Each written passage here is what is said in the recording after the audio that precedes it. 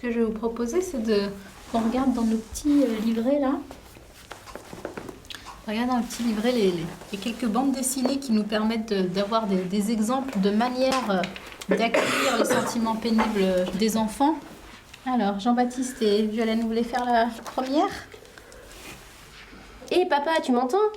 Alors je l'ai frappé, il m'a frappé encore. T'écoutes? J'écoute tout ce que tu dis. Mais non, t'écoutes pas. Je peux écouter et regarder le match en même temps. Continue. Laisse tomber.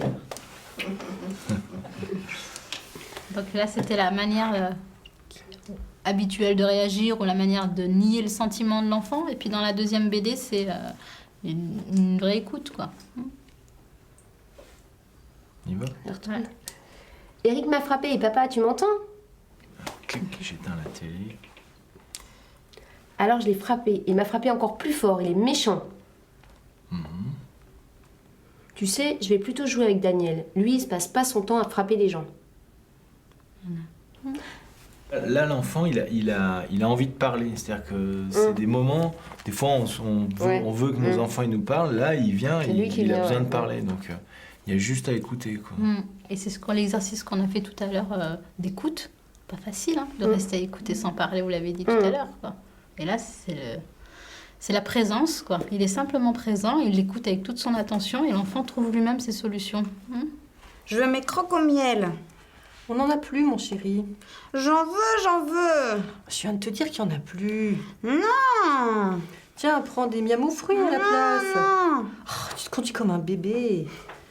Voilà, ça finit en... Les Canadiens appellent ça la crise du bacon. Ouais, c'est ça. C'est comme ça. Le caprice, quoi.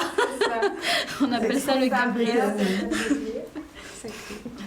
Nous, on appelle ça le caprice, ils appellent ça la crise de bacon. Et donc, la proposition, c'est d'utiliser l'imaginaire pour offrir à l'enfant ce qu'il souhaite. C'est partir dans le monde de l'enfant. Je veux mes croques au miel.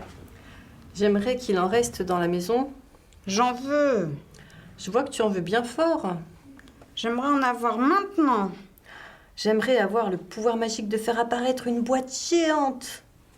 Bon, peut-être que je vais en prendre des miam aux fruits.